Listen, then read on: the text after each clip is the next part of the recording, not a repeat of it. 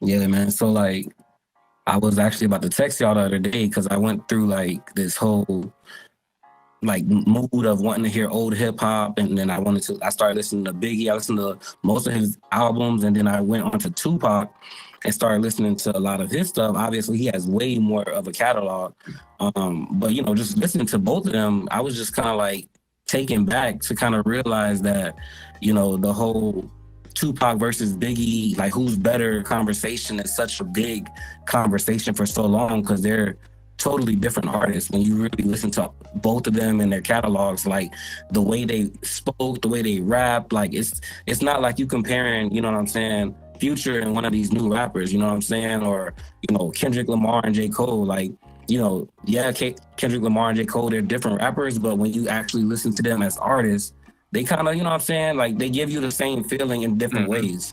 But Pac and Biggie don't give me the same feeling when listening to them. Not at all.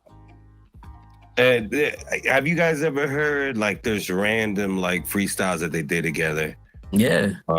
Back in the day, yeah. And it's crazy. It's just like I'm not comparing Pac to Meek Mill, but he's an energy rapper, and his songs are about how loud he says the words and how that passion in the voice is like you can't fake this. What's it called? Hit him up. Hit him up. You know what I'm saying? First off, fuck your bitch in that clique you claim. That's sides every ride come equipped with game. Like, it's just that energy. It's like he could have even just said popcorn and chicken, and it's just like that shit sounds fire. Yeah. Going off of that point, because I actually was listening to that today on the way to the gym. The last almost 2 minutes is him just talking shit. Oh yeah. Because, you know what I mean? On that too. He did a lot of bad boy, fuck Biggie, yeah, fuck Buffy. You know who used to do that a lot early, and I know you know Quincy, Lil Wayne. Facts. He used to do a lot of those like talking game at the end of records, and like the little he talked a lot of Dolomite, you know what I mean, the Dolomite type vibes where he's doing little rhymes, like little slick rhymes, like it was dope, man. Like there's like honestly, I would compare Pac and Weezy because they just, I don't know. Well, obviously Lil Wayne because he grew up to be an old man. But if Pac definitely knew he didn't have a lot of time left, and he did nothing but record. Wayne just studio rats for sure. Yeah, just never stopped recording. Like that picture, that video of Wayne recording No Ceilings in the hotel room. Like that was nuts, and that's why Pac was able to put out so much more stuff. And Biggie, there's nothing that he recorded that was whack. Nothing.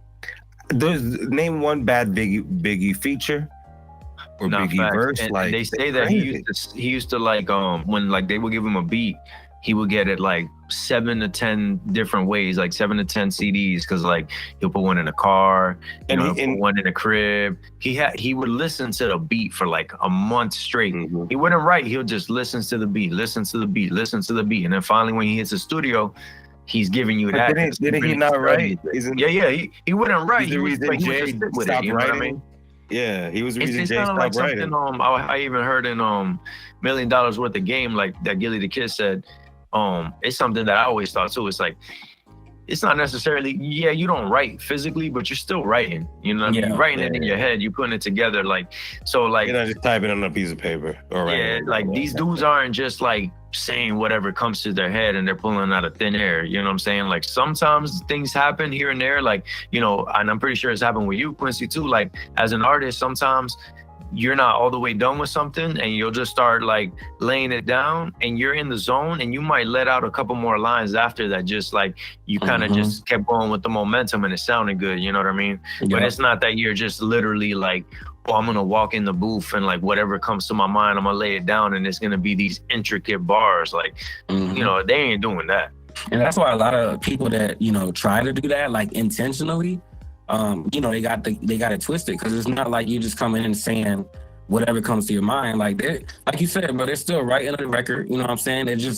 They're catching that mood and that vibe, and they probably already got like 16 bars in their head, and they're just putting them together as it flows, But it's like nobody's coming in not hearing a beat, not, you know what I'm saying, not having any kind of blueprint of what they're trying to lay down, and just, you know what I'm like, don't get me wrong, like there's artists that can do it, but there's a creative process to it. It's not just you walking into the studio and just freestyling like one of the greatest verses ever heard on the top of your head. Like you can do it, like you know what I'm saying, but that doesn't mean you're making a good song. But, you know, but still, like Biggie's like, and so like I tell you, Biggie has my favorite song ever, More Money, More Problems. That's off Life After Death, and one of my favorite type beats, which is Story to Tell type beats. Oh yeah, and if they have that I told you, whatever it is, a kick or a snare, whatever that shit is.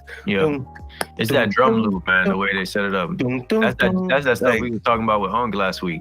Yeah, anytime I hear that sound, I love it, and that's why I feel like he had the finesse. So he was the finesse side of the rap. You know what I'm saying? The finesse side, and Pac was the energy. But I think the Pac energy derives from the whole West Coast energy. So, you know, you had like the East Coast that was smooth, but then you had the West Coast that was gangbanging and gangster. G-Funk, the Regulators, Warren G, Nate Dogg, Snoop. So then we get, so Quincy sent the pic that you bought, you just got the Doggy Style vinyl. Yeah. And that's actually a vinyl that when my wife and I started dating, she knew to collect the vinyls, and she's a West Coast fan. She's an old-time hip-hop fan like you was going, you know, that sound, that's also the West Coast sound. And like that Doggy Style vinyl was crazy to me, bro. Like that sound, that Dre beats is just, ooh. Yeah, no, I ain't gonna lie, bro. You knew you had one when you got that vinyl, boy. That's literally within like, I think we started dating in May, and I think she got me that for my birthday in June. That's how, within the first month, But like the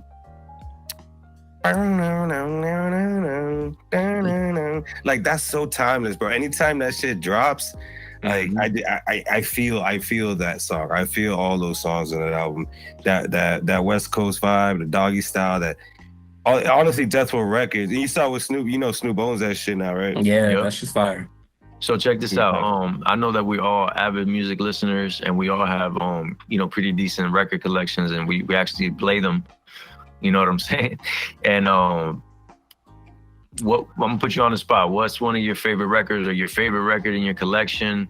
Maybe the favorite one you would like to listen to, you know, maybe one that necessarily doesn't have the best music per se. You know, obviously it's dope because you have it, but maybe it's like a special story behind it. Like, just give us some insight in some of them records. Cause like, I know for me, like my record collection, like it includes a lot of stuff that I dig for at certain spots. Like, you know, music is real personal to me. So a lot of them are like just I wanted a certain album just because I wanted to hear a certain song on a record player. You know what I mean? Like, I know, for example, like for me, probably my favorite album that I have is Thriller. You know what I mean? I have an original Thriller album, you know, from when it dropped. Like when I opened it, it still had the little thing for the merch inside, like where you can mail it back to get the Thriller merch or whatever they were selling, you know what I mean? And a song on there that wasn't necessarily one of my favorites, but when I heard it on the vinyl, it made me appreciate it a different way. The one with Paul McCartney, The Girl Is Mine. Okay. Like I always messed with the song. It was a cool song, but like, and if for people that don't know, music now is made digitally, in the sense that nothing is analog anymore. Everything is straight through the computer. So the reason why these vinyls are coveted by music lovers is because if you're getting an original vinyl from a certain time period and before, it's made analog, which the sound, like the analog way of making things is like the old school way. Everything was wired, but it gives you a better sound. So, you know, that's another reason why people only record digital now, because one, it's hard to find the tape to record an analog, and two, it's mad expensive.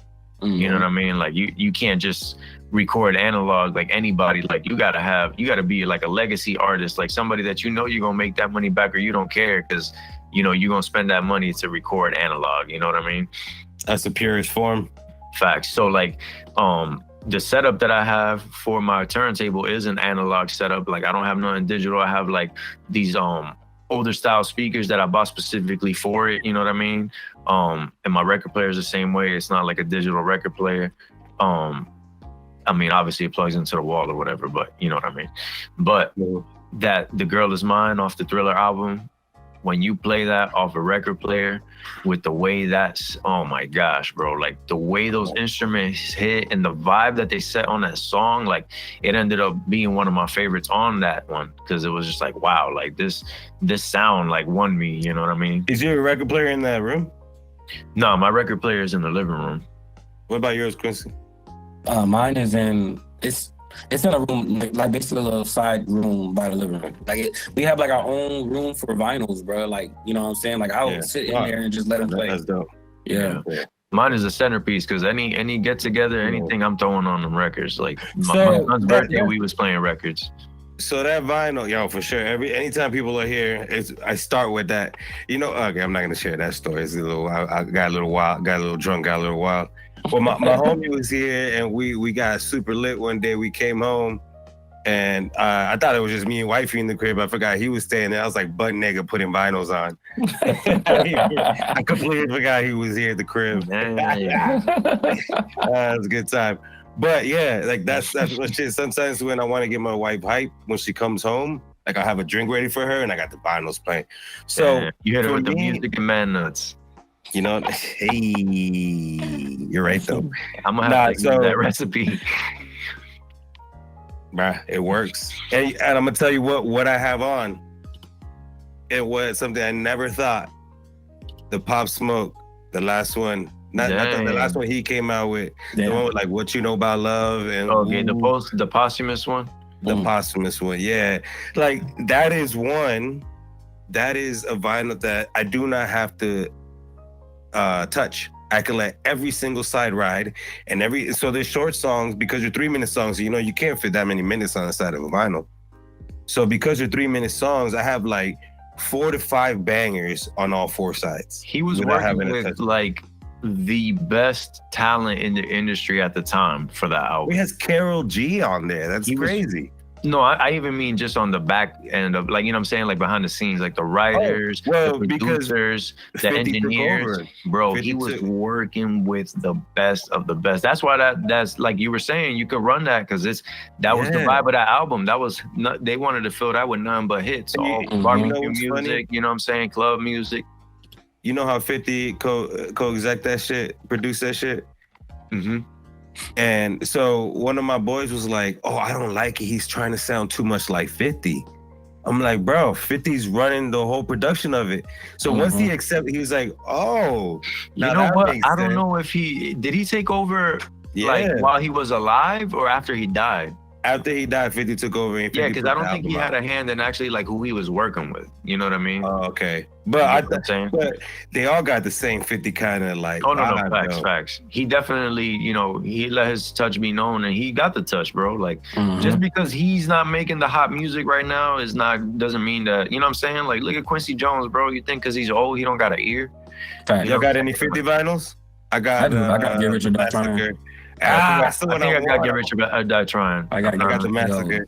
I was listening to that today too. You squeeze your face up at me on some real shit, son. You know, yo, 50 have bangers. 50 was sliding, dog. He had a Jamie Foxx track on there. Da da da da da da da da. Yeah, what's it? Oh yeah, he could just make bangers. He was like, that's why I think he was the better Ja Rule.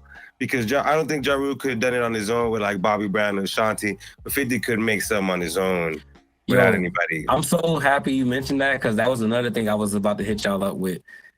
Yo, low key, Ja Rule's my guilty pleasure, bro. Pause. Oh, I love Ja Rule. Like, I never got into it, and it wasn't even the singing thing because you know I loved R&B and I loved you know, singing rappers before, like Mos Def, you know what I'm saying? Like that was, I feel like he goes under the radar as far as like them singing rappers, because like he was doing that like, you know, in the 90s, and he was, you know, he got a nice voice, dog. Like he be hitting some notes too. He's a good, like, he real like soulful kind of sound, like more, you know, more jazz vibe. I got three Ja Rule vinyls. I got Veni Vidi Vici, I got the Holla Holla with the remixes on it. and I have like another single. I definitely, he's one of those that I understand the appeal and I understand why people rock with him, but something about his sound just don't really like, I don't know, just it never really like resonated with me too much. That Bobby Brown track though, that was a classic. I got the RULE album. I like that one. Yeah, that was a banger too. Oh no, my jam was the one with Case. Remember Living It Up? Oh yeah, everybody living it up. That beat was crazy too. Like I was trying. Oh, that's what I'm saying. Like when I told you that Donald Jones song, that's a certain song. That's a certain sound. I feel like that song has that same kind of sound. Like it's that warmth, bro. Yeah. And it's like an epic warmth. It's like a weird way to describe it, but like it just makes you bounce. It makes you bounce when you hear it for sure. Yeah. So I'm gonna answer your question too. But I got.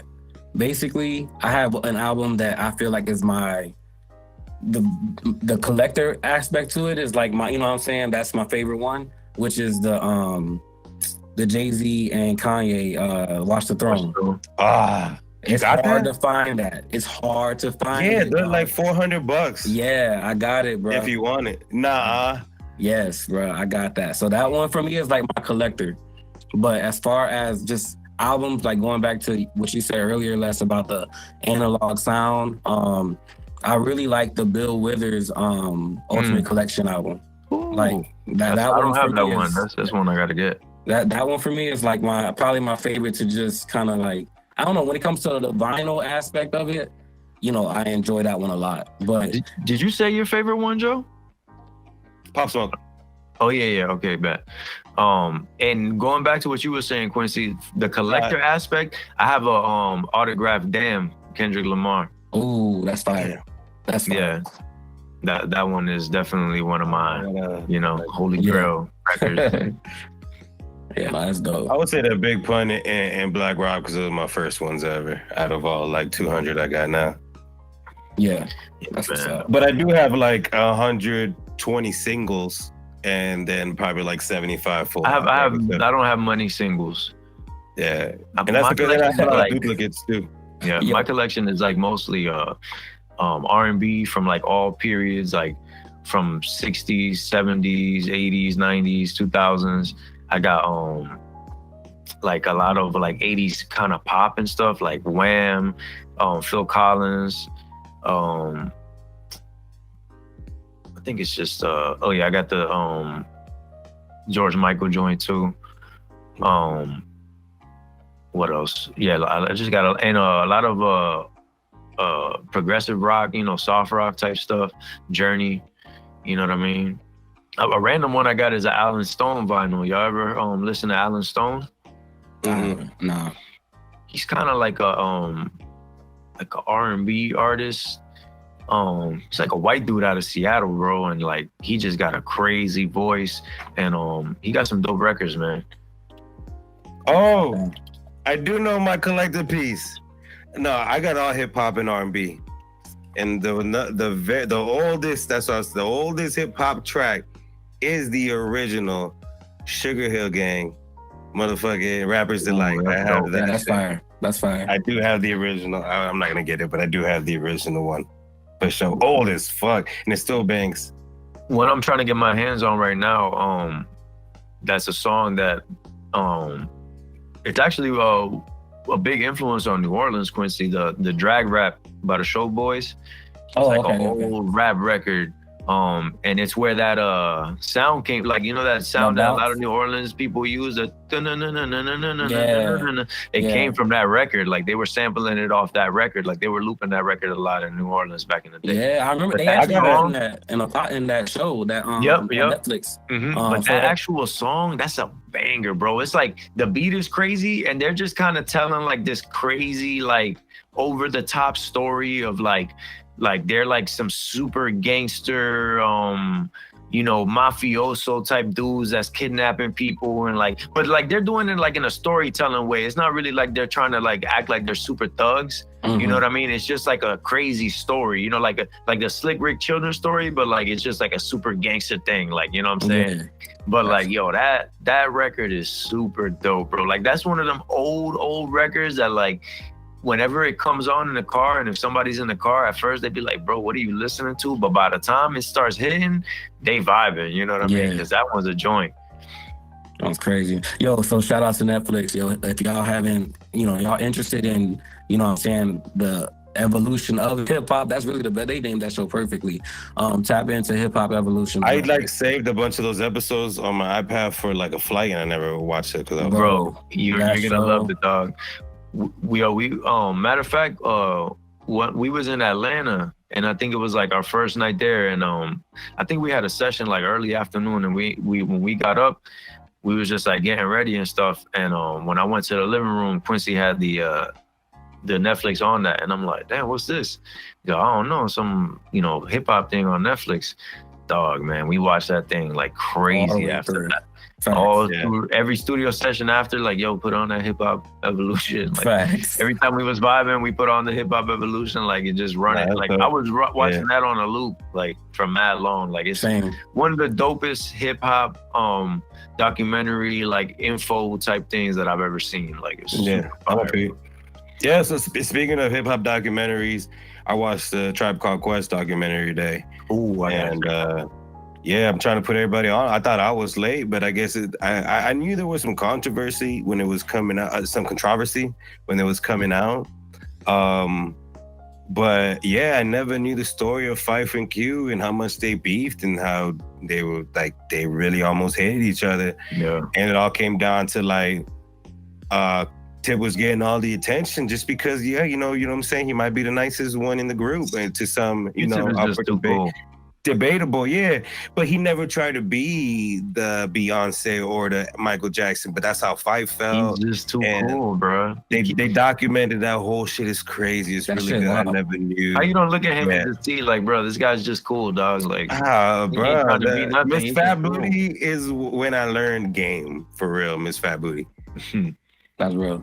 I know.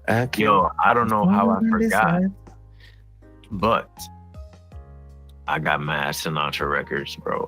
Sinatra.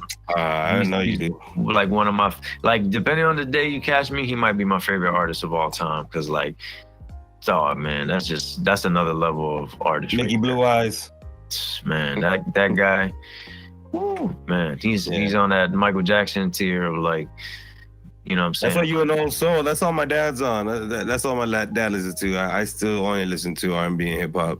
I'm not gonna lie, bro. That's put me onto Frank Sinatra, and like, he ain't lying, dog. Like, I feel like sometimes I'll be feeling like, man, I wish I listened to more than just hip hop and R&B as a kid, because like, same here, the bro. artistry, bro, is like you just hear things differently, dog. Like, and Frank Sinatra, like, from now that I'm actually learned and researched, bro, he used to write songs on a napkin. Like, dog would just be anywhere writing. He'll be at a freaking at a restaurant or something and just get some random inspiration by something he saw or something and just write down the lyrics. Like, and like, he was, bro, something that he did that I swear, bro, like, I want to try this so bad, like, in the right setting where like it works, but like, he would record in the orchestra pit his vocals.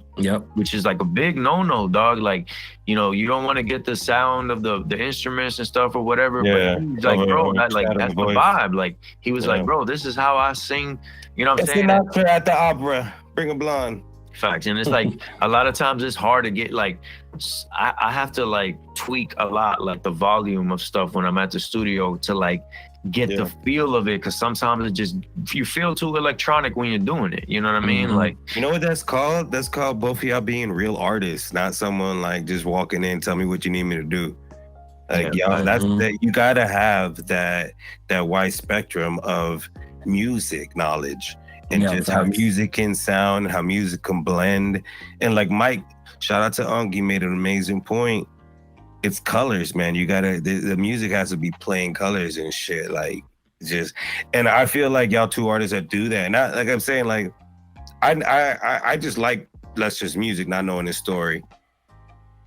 Not that I didn't like your music, but Quincy, but now that I know your story, your music it sounds so much more different. Like, it paints a different picture for me. So I feel it different, and it's crazy. And that's all it takes, is that little bit. That little bit is just like, listening to it differently. And that's what I tell when people listen to music, I was like, you can't listen to it like that. And that's when that good point when you said that Biggie played it in different atmospheres, different situations. I always give it the car test. I always give it the computer speakers test. And I always give it the AirPod test. Like, it's different tests that I have to hear it differently for sure. And one of the number one things for me, the best atmosphere for listening to music for me is in the living room, windows open, on the couch, smoking something and just listening. Like, that is where I listen to the best music, listen to the best sound. And only artists who know how to capture all those different like environments and fucking aspects of music, that's how you create good music. Like that's how I feel our artists should be thinking and listening to shit. Not be so like tunnel vision.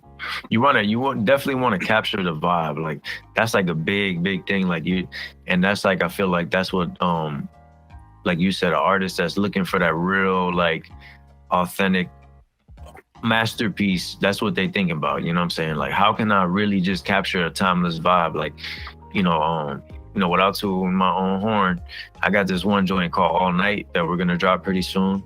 And that, like, and shout out to Unc, cause like the production he put on that, like, as soon as it drops, bro, like, it just takes you to like this dream world, like in like an outer space galaxy. Like, it's like one of them joints that like, it's just, you get lost in it. You know what I mean? Like, it's like you throw it on in the car and you just like, or like you said, Joe, like you sitting down vibing and it just takes you there. And like, that's what you want to do with the music. Like, and that's even what I was saying with the Girl Is Mine record.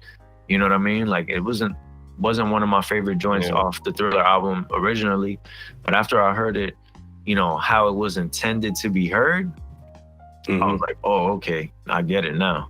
And this is the reason I asked y'all where y'all record players were. Because, like some podcasts will play some joints at the end of it. Like, what if we each played like a minute of our favorite vinyl at the end of each show? You know what's dope? I used to listen to, well, no, I still listen to it, but there's a show that they used to put like, they don't do it anymore, but they used to put, I wouldn't do the whole song, but they would put like a whole song, like just in the middle of the show, like a random song they like. And then they'll do something where they'll put like an original, then like a remake, and then like somebody that sampled it, you know what I'm saying? Like three songs. Okay, so the history of the song, yeah, kind of like that. And matter of fact,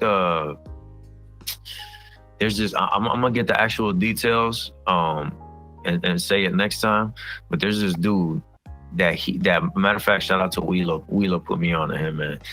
He does a show on Twitch where he has the sessions, which for people that don't know, like when you record a song, you save it like in a file. And like when you open the file and you look at it, it has every vocal like laid out, like each one, like, wherever it goes, it has every instrument laid out. Like, it's kind of like a timeline of the song.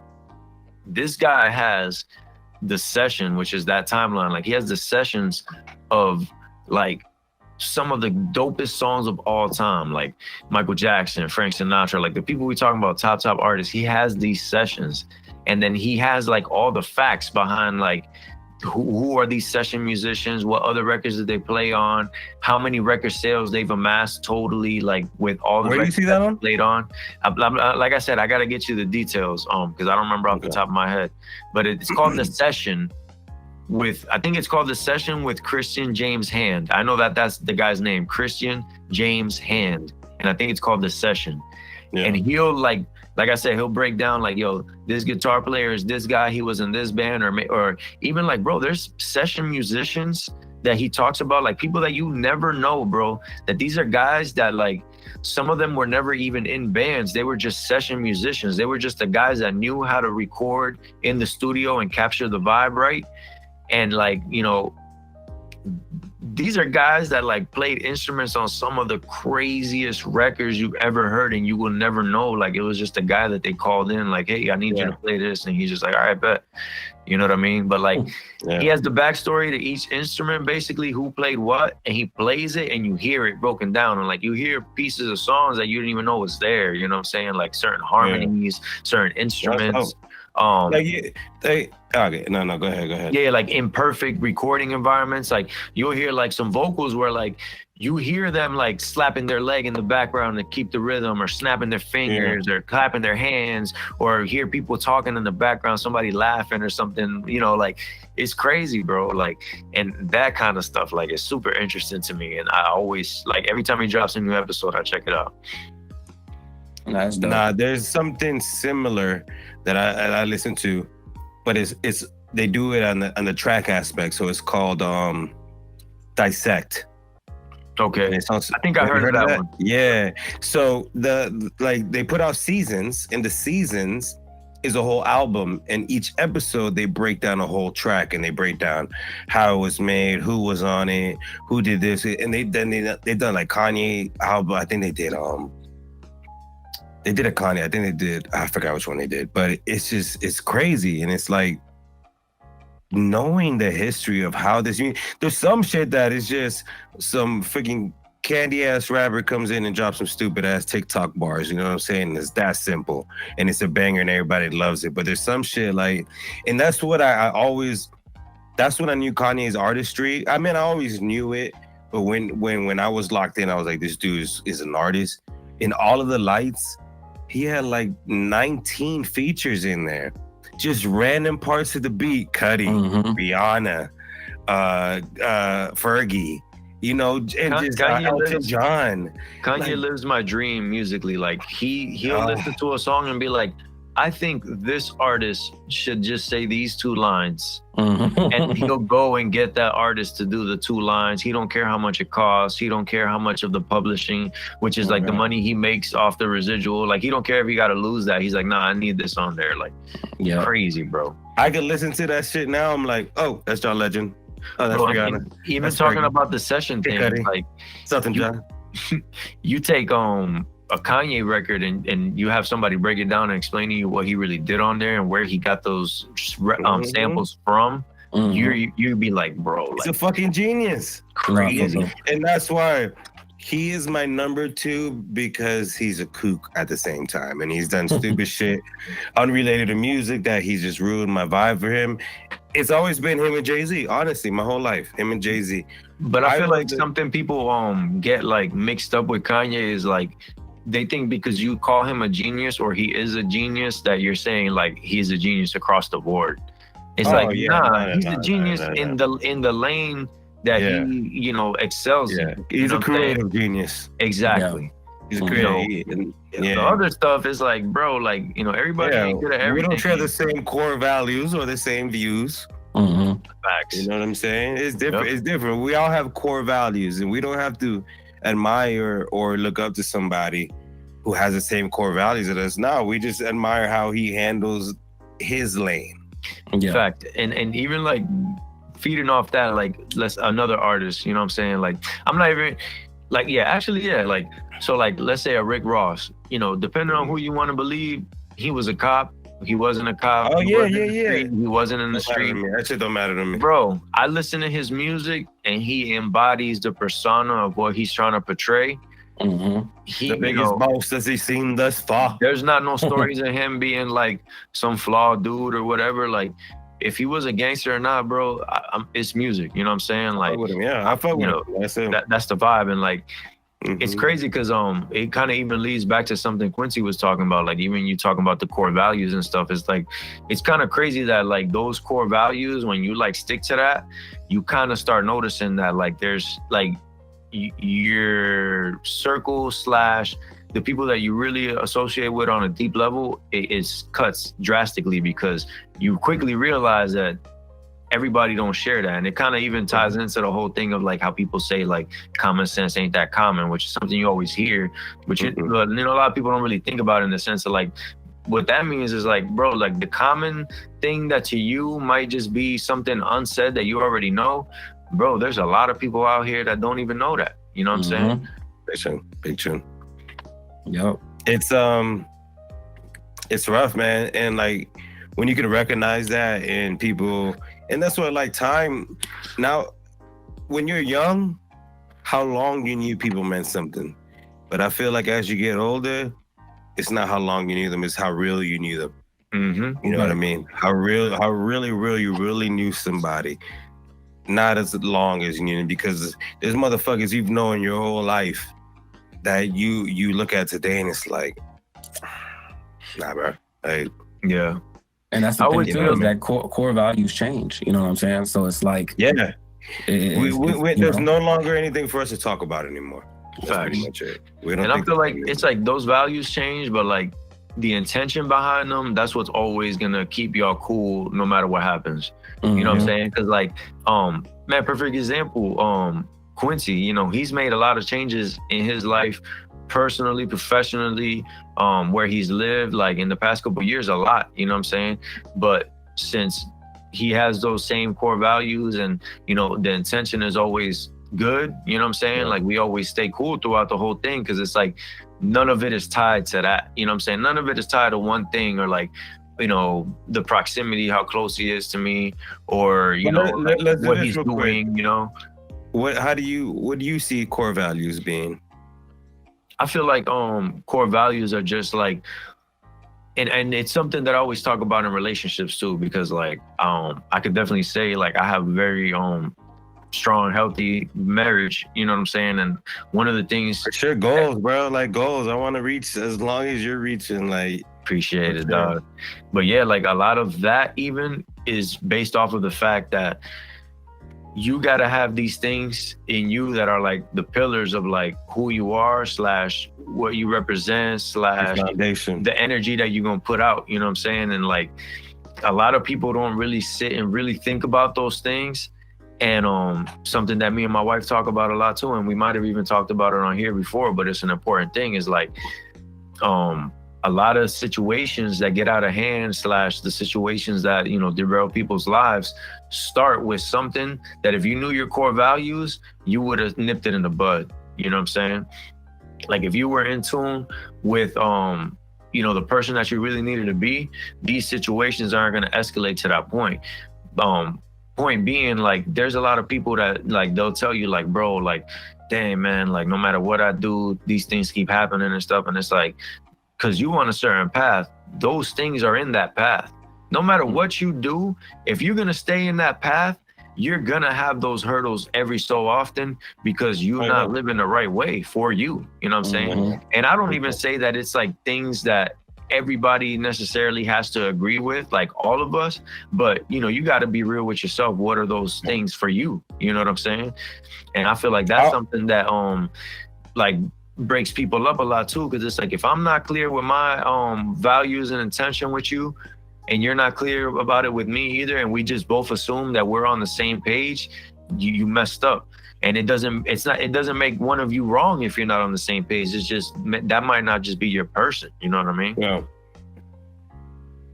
No, I agree. And one thing I always say about everything to everybody in life, like, you the one that gotta go to sleep at night with your mind and all the shit you said and all the shit you told everybody and all the promises you made and all the things you said you were. Like, you're the one at the end of the day that has to deal with that shit, because ain't nobody questioning you what you said.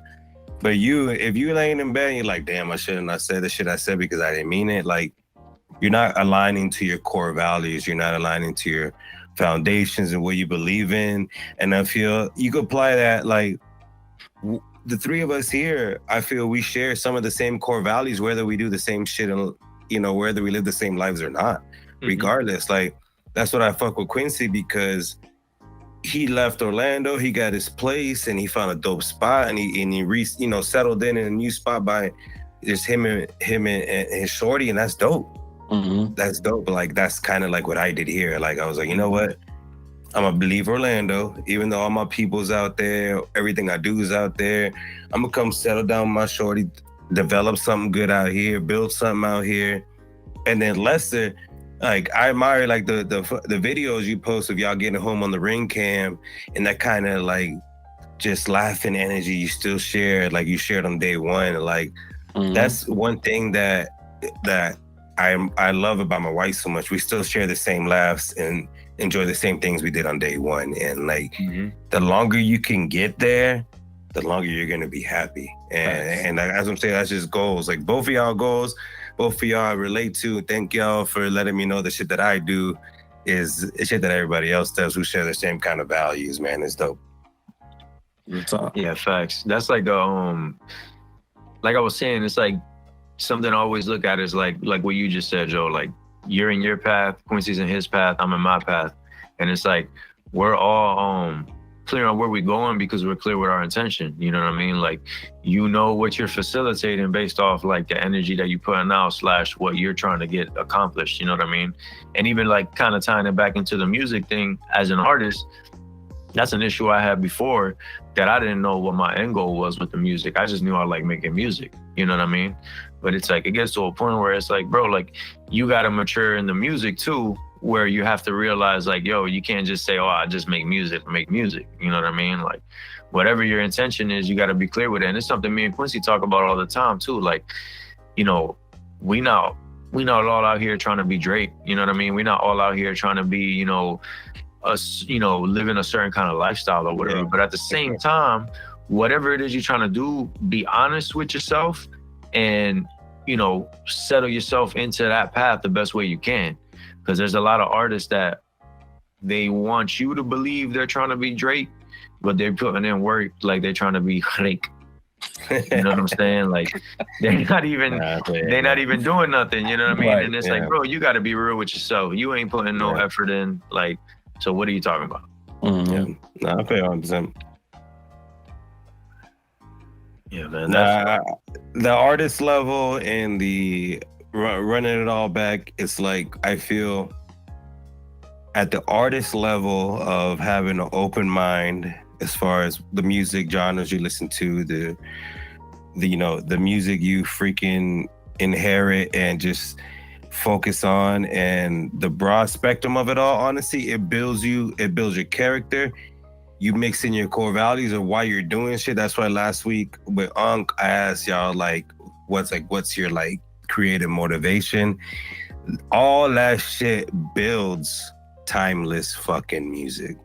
And like, unless you were there when the record is being produced, or unless you hear a podcast like Lester recommended or a podcast like I recommended, like you never really know what went into making that. And then if you know that, I feel like you just listen to it a little bit differently, and then you maybe appreciate it a little bit differently, admire it a little bit differently. I think that's what it comes down to sometimes.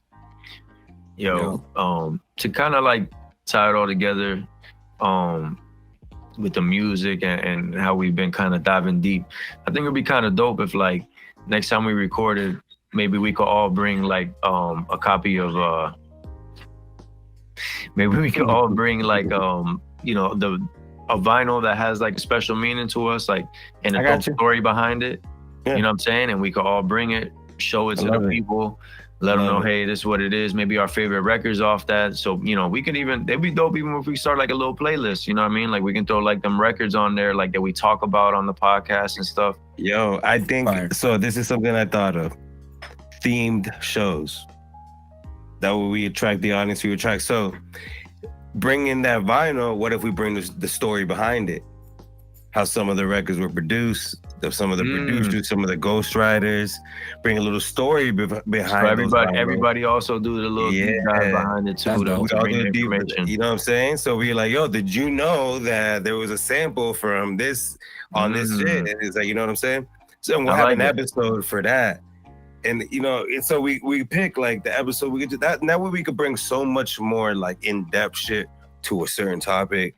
And we could do it all in one night, but then we just break it off in sections. Like, or we could just, every time we record, we'll keep a schedule of who's gonna bring it that time. Like, yo, make sure you have your record story. You know what I mean? Whatever we gonna call it. Like, yeah, me.